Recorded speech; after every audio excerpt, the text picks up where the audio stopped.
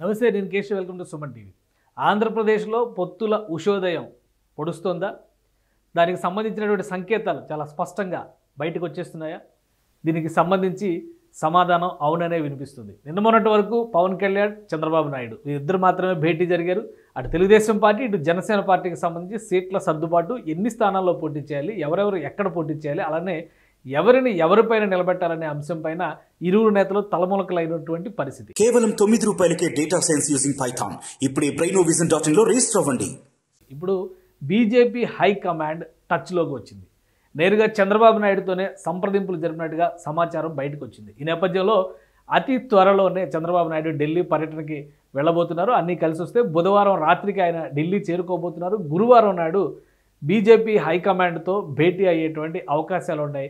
అలానే ఏ స్థానాల్లో పోటీ చేయాలి, బీజేపీ ఆశిస్తున్నది ఏంటి, బీజేపీకి రాష్ట్రం నుంచి కావాల్సిందేంటి, రాష్ట్రం నుంచి ఇవ్వాల్సిందేంటి, ఈ అంశాలపైన ఒక స్పష్టత ఇచ్చేటువంటి అవకాశం స్పష్టంగా కనిపిస్తోంది. ఇప్పటికే జనసేన పార్టీ అధినేత పవన్ కళ్యాణ్ దీనికి సంబంధించినటువంటి సమాచారాన్ని బీజేపీ అగ్రనాయకత్వానికి అందించినట్టుగా సమాచారం ఉంది. ఈ నేపథ్యంలోనే చంద్రబాబు నాయుడికి పిలుపు వచ్చింది. ఆ అంశాలకు సంబంధించినటువంటి విషయాలతో పాటు బీజేపీ హైకమాండ్ మనసులో కనీసం 8 లోక్సభ స్థానాల్ని ఆంధ్రప్రదేశ్ నుంచి దక్కించుకోవాలనేటువంటి ఆలోచనతో ఉన్నట్టుగా సమాచారం. గతంలో కూడా పొత్తులు జరిగినప్పుడు తెలుగుదేశం పార్టీ, బీజేపీ పొత్తుల విషయంలో ముందడుగు వేసినటువంటి సందర్భంలో కూడా లోక్సభ స్థానాల విషయంలో 5 నుంచి 6 స్థానాలు బీజేపీ కేటాయించినటువంటి పరిస్థితి ఉంది ఉమ్మడి ఆంధ్రప్రదేశ్ విషయంలో. ఇప్పుడు ఉన్నటువంటి పరిస్థితుల్లో ఆంధ్రప్రదేశ్లో కనీసం 8కి తగ్గకుండా స్థానాలను తీసుకోవాలనేటువంటి ఆలోచనతో బీజేపీ ఉన్నట్టుగా తెలుస్తోంది. అసలు బీజేపీ మనసులో ఏ నియోజకవర్గాలు ఉన్నాయి, ఆ నియోజకవర్గాలు ఇవ్వడానికి తెలుగుదేశం పార్టీ సంసిద్ధంగా ఉందా? ఈ అంశాలను ఒకసారి విశ్లేషించేటువంటి ప్రయత్నం చేద్దాం. ఆంధ్రప్రదేశ్కి సంబంధించినటువంటి లోక్సభ స్థానాల మ్యాప్, ప్రస్తుతం ఉన్నటువంటి జిల్లాల మ్యాప్. అంటే మొత్తం ఆంధ్రప్రదేశ్లో మనం చూస్తున్నాం ఇప్పటికే 26 జిల్లాలు ఉన్నటువంటి పరిస్థితి ఉంది. 26 జిల్లాల్లో 25 లోక్సభ స్థానాలు ఆంధ్రప్రదేశ్లో ఉన్నది అందరికీ తెలిసిందే. ఈ 25 స్థానాల్లో 8 చోట్ల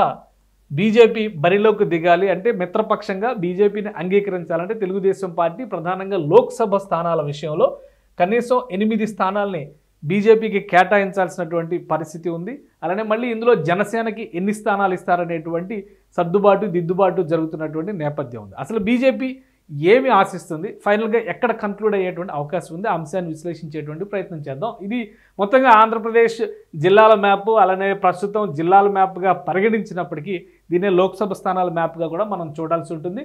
ఇక అటు ఉత్తరాంధ్ర ప్రాంతం నుంచి చూద్దాం. మొదటగా ఆంధ్రప్రదేశ్లో అరకు లోక్సభ స్థానాన్ని ప్రస్తుతానికి బీజేపీ కోరుతున్నట్టుగా ఒక సమాచారం ఉంది. కారణం, ఆ ప్రాంతంలో పట్టు బిగించాల్సినటువంటి అవసరం ఉందనేటువంటి ఆలోచన. అంతకు ముందర ఉమ్మడి విశాఖ జిల్లాలో బీజేపీకి పట్టున్నటువంటి ప్రాంతాలు కూడా ఈ నియోజకవర్గంలో ఉండడంతో అరకు స్థానాన్ని కోరుతున్నటువంటి పరిస్థితి ఉంది. అలానే విశాఖపట్నం సిటీ పరిధిలో ఉన్నటువంటి లోక్సభ స్థానం, విశాఖపట్నం లోక్సభ స్థానం గతంలో కూడా తెలుగుదేశం పార్టీ అనేక సందర్భాల్లో బీజేపీకి కేటాయించినటువంటి పరిస్థితి ఉంది. ఈ నేపథ్యంలో ఆ స్థానాన్ని మరొకసారి భారతీయ జనతా పార్టీ కేంద్ర నాయకత్వం కోరుతున్నటువంటి పరిస్థితి ఉంది. ఇలా ఉత్తరాంధ్ర కేటగిరీలో చూస్తే 2 స్థానాలు కనిపిస్తున్నాయి. ఇక ఉభయ గోదావరి జిల్లాల్లో పరిస్థితి ఎలా ఉంటుందో మనం చూద్దాం. ఉభయ గోదావరి జిల్లాలకు సంబంధించి ప్రధానంగా నరసాపురం లోక్సభ స్థానాన్ని బీజేపీ కోరుతున్నట్టుగా తెలుస్తుంది. నరసాపురం అంటే ఇప్పుడు ప్రస్తుతం పశ్చిమ గోదావరి జిల్లా, భీమవరం కేంద్రంగా ఏర్పడినటువంటి పశ్చిమ గోదావరి జిల్లా నరసాపురం లోక్సభ స్థానం అందులోకి వస్తున్నటువంటి పరిస్థితి ఉంది. కాబట్టి ఈ స్థానాన్ని కూడా కోరుతున్నట్టుగా ఒక సమాచారం ఉంది. ఇక మరొక ముఖ్యమైనటువంటి స్థానం రాజమహేంద్రవరానికి సంబంధించినటువంటి నియోజకవర్గం. అంటే రాజమండ్రి లోక్సభ స్థానానికి సంబంధించి, అంటే ఇది ఉభయ గోదావరి జిల్లాలో ప్రధానమైనటువంటి తూర్పుగోదావరి జిల్లా 3 భాగాలుగా విడిపోయినటువంటి పరిస్థితి ఉంది. ఈ నేపథ్యంలో కాకినాడ జిల్లా అటువైపు ఉంది, ఇటు అమలాపురం జిల్లా ఏర్పడింది, మరొక వైపు రాజమండ్రి జిల్లా ఉంది. రాజమండ్రి లోక్సభ స్థానం పరిధిలో ఉన్నటువంటి నియోజకవర్గాలని ఇందులోకి వస్తాయి. 4వ స్థానంగా రాజమండ్రి లోక్సభ స్థానాన్ని, పశ్చిమ గోదావరి జిల్లాకు సంబంధించి నరసాపురం స్థానాన్ని 3వ స్థానంగా మనం పరిగణించాల్సి ఉంటుంది. ఇక ఇక్కడ నుంచి మధ్యలో కృష్ణా, గుంటూరు జిల్లాల్లో పెద్దగా ఆశిస్తున్నటువంటి ఫలితాలు లేవు. అయితే విజయవాడ లోక్సభ స్థానం పైన ఒక చర్చ జరుగుతున్నట్టుగా సమాచారం మాత్రమే ఉన్నది. అయితే అది ఫైనల్ లిస్ట్లో ఉంటుందా లేదా అనేది మనం చూడాల్సి ఉంటుంది. విజయవాడ లోక్సభ స్థానానికి సంబంధించి భారతీయ జనతా పార్టీ ఈ స్థానం వాస్తవానికి తెలుగుదేశం పార్టీ ప్రస్తుతం సిట్టింగ్ స్థానం. అయితే చరిత్రపరంగా చూస్తే కూడా తెలుగుదేశం పార్టీకి పట్టున్నటువంటి నియోజకవర్గం అయినప్పటికీ కూడా కొన్ని సమీకరణల రీత్యా విజయవాడ నగరానికి సంబంధించినటువంటి పార్లమెంట్ స్థానాన్ని కూడా భారతీయ జనతా పార్టీ కోరుతున్నట్టుగా తెలుస్తుంది. ఒకవేళ భారతీయ జనతా పార్టీ కనుక ఈ నియోజకవర్గాలని కోరేటువంటి పక్షంలో చూస్తే ఈ 5వ స్థానంగా ఉన్నటువంటి నియోజకవర్గం విజయవాడ అయితే, ఇక 6వ స్థానంగా ఒంగోలు లోక్సభ స్థానాన్ని పరిగణించాల్సినటువంటి పరిస్థితి ఉంది. ఒంగోలు లోక్సభ స్థానం పరిధిలో కూడా భారతీయ జనతా పార్టీ ఆ నియోజకవర్గాన్ని తమకు కేటాయించాల్సిందిగా పొత్తులో భాగంగా ఇవ్వాల్సిందిగా కోరుతున్నట్టుగా తెలుస్తుంది. ఇక మరొక నియోజకవర్గం తిరుపతి లోక్సభ స్థానం. ట్రెడిషనల్గా తిరుపతికి ఉన్నటువంటి ప్రత్యేకత, అలానే బీజేపీ ఎజెండాకి అతి సమీపంగా ఉండేటువంటి తిరుపతిలో యాక్టివిటీ కూడా విస్తృతంగా ఉన్నటువంటి పరిస్థితి ఉంది. అందుకే తిరుపతి లోక్సభ స్థానాన్ని కూడా బీజేపీ కోరుతున్నట్టుగా తెలుస్తుంది. ఇక మరొక నియోజకవర్గం చూస్తే రాజంపేట నియోజకవర్గాన్ని, మొత్తం ఈ 8 నియోజకవర్గాలు 8 లోక్సభ స్థానాల్ని భారతీయ జనతా పార్టీ కోరుతుంది. అంటే రాయలసీమలో 2 స్థానాలు, ఇటు ఉత్తరాంధ్రలో 2 స్థానాలు, గోదావరి జిల్లాలో 2 స్థానాలు, ఇటు మధ్యాంధ్రలో చూస్తే ఒక 2 స్థానాలు, మొత్తం 8 నియోజకవర్గాల్ని భారతీయ జనతా పార్టీ కోరుతున్నట్టుగా సమాచారం ఉంది. ఈ 8 నియోజకవర్గాల్లో కూడా కేవలం 7 స్థానాలకి దాదాపుగా సూత్రప్రాయ అంగీకారం తెలుగుదేశం పార్టీ తెలిపినట్టుగా తెలుస్తుంది. 7 స్థానాల్లో బీజేపీ బరిలో దిగేటువంటి సంకేతాలు స్పష్టంగా ఉన్నాయి. ఈ సూత్రానికి అంగీకరించిన తర్వాతే చంద్రబాబు నాయుడుకి ఢిల్లీ పర్యటనకు సంబంధించి ఢిల్లీ రమ్మనేటువంటి పిలుపు వచ్చిందనేటువంటి సంకేతాలు వస్తున్నాయి. ఇప్పటికే ప్రాథమికంగా చంద్రబాబు నాయుడు, జనసేన అధినేత పవన్ కళ్యాణ్ జరిపినటువంటి చర్చల్లో జనసేన పార్టీకి 3 లోక్సభ స్థానాలను ఇవ్వాలనేటువంటి డెసిషన్ తీసుకున్నట్టుగా ఒక సమాచారం వస్తుంది. జనసేన పార్టీ 3 స్థానాలు, బీజేపీ 7 స్థానాలు, మొత్తం 10 స్థానాలు ఈ 2 పార్టీలకి పోతే టీడీపీ మరొక 15 స్థానాల్లో బరిలోకి దిగేటువంటి అవకాశాలు కనిపిస్తున్నాయి. ఈ లెక్క ప్రకారం జనసేన, బీజేపీ, టీడీపీ లోక్సభ స్థానాలను పంచుకోవడం ద్వారా ఒక అండర్స్టాండింగ్ ఇప్పటికే వచ్చినట్టుగా సమాచారం ఉంది. ఈ నేపథ్యంలోనే చంద్రబాబు నాయుడికి ఢిల్లీ రమ్మనేటువంటి పిలుపు వచ్చింది. ఇప్పుడు జరగబోయేటువంటి చర్చలన్నీ కూడా సూత్రప్రాయంగా కొన్ని అంశాలపైన, మౌలికంగా చర్చించాల్సినటువంటి అంశాలపైన ఫోకస్ పెట్టే విధంగా మాత్రమే ఉంటుంది అనేది ఢిల్లీ వర్గాల నుంచి వస్తున్నటువంటి సమాచారం.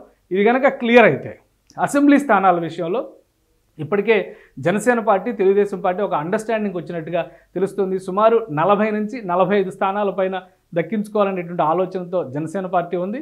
35 స్థానాల వరకు ఒక అండర్స్టాండింగ్ ఇప్పటికే కుదిరినట్టుగా తెలుస్తుంది. సో అసెంబ్లీ నియోజకవర్గాలకు సంబంధించి స్పష్టత తీసుకోవడం అనేది రాష్ట్ర నాయకత్వాల పరిధిలో ఉంచడం ద్వారా లోక్సభ స్థానాలకు సంబంధించి మాత్రం తెలుగుదేశం పార్టీ 7 నియోజకవర్గాలు ఇవ్వడానికి భారతీయ జనతా పార్టీకి ఆమోదం తెలిపినటువంటి పక్షంలో, మరొక 3 జనసేన పార్టీకి వెళ్ళేటువంటి పక్షంలో ఈ పొత్తు క్లియర్ అయ్యేటువంటి అవకాశం కనిపిస్తుంది. సో అన్ని ఎత్తుగడలు ఫలించిన తర్వాత చంద్రబాబు నాయుడు బుధవారం, గురువారం ఢిల్లీ పర్యటన పూర్తి చేసుకొని హైదరాబాద్ నుంచి ఆంధ్రప్రదేశ్కి వచ్చిన తర్వాత మరొక్కసారి పవన్ కళ్యాణ్ అలానే చంద్రబాబు నాయుడు భేటీ అవుతారు. 3 పార్టీల నాయకులు సంయుక్త ప్రకటన చేసేటువంటి అవకాశం ఉంది. పొత్తు ఖరారు అనేటువంటి విషయం మాత్రం మరొక వారం రోజులు, అంటే ఫిబ్రవరి 14, 15 తారీఖుల్లోగా పొత్తు అంశం పైన ఒక స్పష్టమైన ప్రకటన వెలువరించేటువంటి అవకాశం ఉంది. అయితే 7 లోక్సభ స్థానాలు కేటాయింపు, ఇక్కడ 3 లోక్సభ స్థానాల కేటాయింపుకు సంబంధించి అభ్యర్థులు ఎవరు ఉంటారు, ఖచ్చితంగా 25కి 25 స్థానాలు కొట్టే విధంగా వ్యూహం ఏ విధంగా ఉండాలి, ఎక్కడెక్కడ ఏ సభలు నిర్వహించాలి, వాటితో పాటు ఆంధ్రప్రదేశ్కి సంబంధించి విభజన హామీలపైన పదే చర్చ జరుగుతున్నటువంటి నేపథ్యంలో కాంగ్రెస్ పార్టీ ఆంధ్రప్రదేశ్లో మరొకసారి ఊపిరి పోసుకునేటువంటి ప్రయత్నం చేస్తున్నాడు. విభజన చట్టం ఆధారంగానే రాజకీయాలు చేస్తుండడంతో దీనిపైన కొన్ని స్పష్టమైనటువంటి హామీల్ని ఇమీడియట్గా అమలు చేయడానికి అవకాశం ఉన్నటువంటి అంశాలను కూడా ఇరువురు నాయకులు చర్చించేటువంటి అవకాశం ఉంది.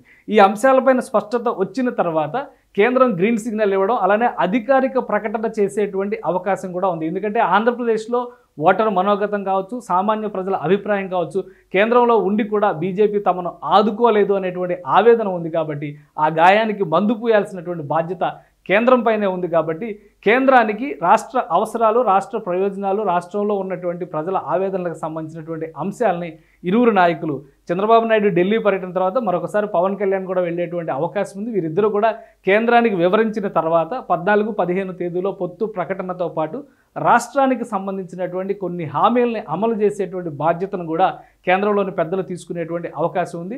సో ఈ ఈక్వేషన్ ద్వారా 2014 ఫ్యాక్టర్ను మరొకసారి రిపీట్ చేస్తూ 2024లో అధికారాన్ని ఈ కూటమి చేపట్టాల్సిందే అనేటువంటి లక్ష్యంతో ముందడుగులు వేస్తున్నట్టుగా సమాచారం ఉంది. సో ఢిల్లీ పర్యటన తర్వాత ఆంధ్రప్రదేశ్ రాజకీయాల్లో మరిన్ని పరిణామాలు జరిగేటువంటి అవకాశం స్పష్టంగా కనిపిస్తోంది.